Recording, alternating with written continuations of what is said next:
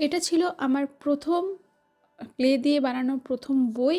আর তার সাথে এই ক্লেটা যেখানে আমি অ্যাড করেছি মানে রেজিনের কাজের উপরে, সেই রেজিনের উপরে প্রথম ফটো ফ্রেম, যেটা টিচার্স ডেতে আমাকে বানাতে বলা হয়েছিল। সময় ছিল খুবই কম, তাই খুব শর্টকাটে আমি এই বইটা বানিয়েছিলাম।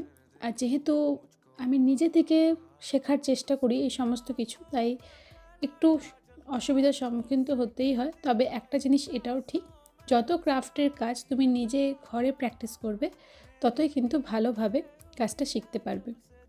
আর এইটা বানানোর ক্ষেত্রে ক্লেটা একেবারেই নরম অবস্থায় আমি কাজটা করিনি, একটু যখন শক্ত হয়েছিল তারপরেই কিন্তু আমি কাজটা শুরু করেছিলাম। আমি দেখেছি ক্লের ক্ষেত্রে নরমের থেকে যখন একটু শক্ত হয় তখন যে কোনো ডিজাইন করা খুব সহজ। আর এটা ছিল আমার রেজিনের উপরে প্রথম ফটো ফ্রেম। কেমন হয়েছে অতি অবশ্যই কমেন্টে জানিও। ভালো লাগলে লাইক শেয়ার সাবস্ক্রাইব করো।